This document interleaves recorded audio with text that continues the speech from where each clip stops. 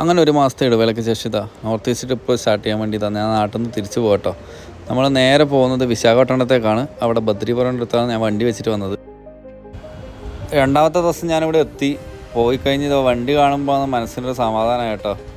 ആകെ പൊടി പിടിച്ച് കിടക്കായിരുന്നു. അപ്പം തന്നെ എടുത്ത് പോയി നേരെ സർവീസ് ചെയ്യാനാണ് പോയത്.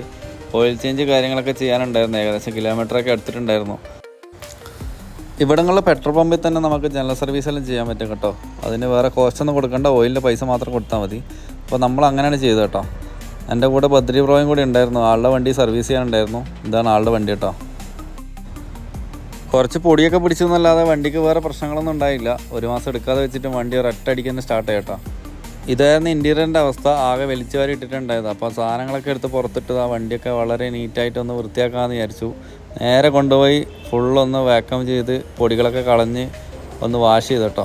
അതോടുകൂടി വണ്ടീൻ്റെ ലുക്കേ മാറി. വണ്ടി ആകെ നീറ്റ് ആൻഡ് ക്ലീനായെന്ന് പറയാം. അതിനുശേഷം നമ്മൾ കബോർഡ് വർക്ക് ചെയ്തതിൻ്റെ ചെറിയൊരു വെൽഡിംഗ് ഒക്കെ പൊട്ടിയിട്ടുണ്ടായിരുന്നു. അപ്പോൾ അതൊക്കെ ഒന്ന് റെഡിയാക്കി നേരെ പെട്രോൾ പമ്പിലേക്ക് വെച്ച് പിടിച്ചു. അവിടെ നിന്നൊരു ഫുൾ ടാങ്ക് എണ്ണ അടിച്ച് നമ്മൾ യാത്ര തുടങ്ങാം കേട്ടോ.